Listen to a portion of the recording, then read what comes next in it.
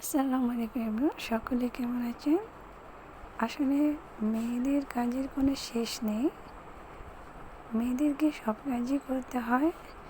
তাই আজকে আমি ঘর মোছার কাজে লেগে গিয়েছি। সম্পূর্ণ ঘর উপর নিয়ে সব ঝাড়ু দিয়ে পরিষ্কার করে নিচ্ছি, যেহেতু সামনে ঈদ।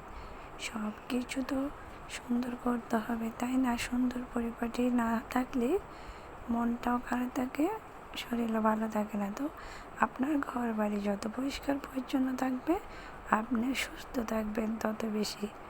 সবসময় চেষ্টা করবেন ঘর বাড়িগুলো পরিষ্কার পরিচ্ছন্ন রাখার জন্য। দেখেন, সকাল সকাল কাজ করতে করতে অনেক সময় লেগে গিয়েছে, কাজের কোনো শেষ নেই। পরিষ্কার হয়ে গেছে সম্পূর্ণ ঘর। তো যখন ঘর বাড়িগুলো পরিষ্কার করার পর সুন্দর লাগে, তখন মনটাও ভালো লাগে। ধন্যবাদ।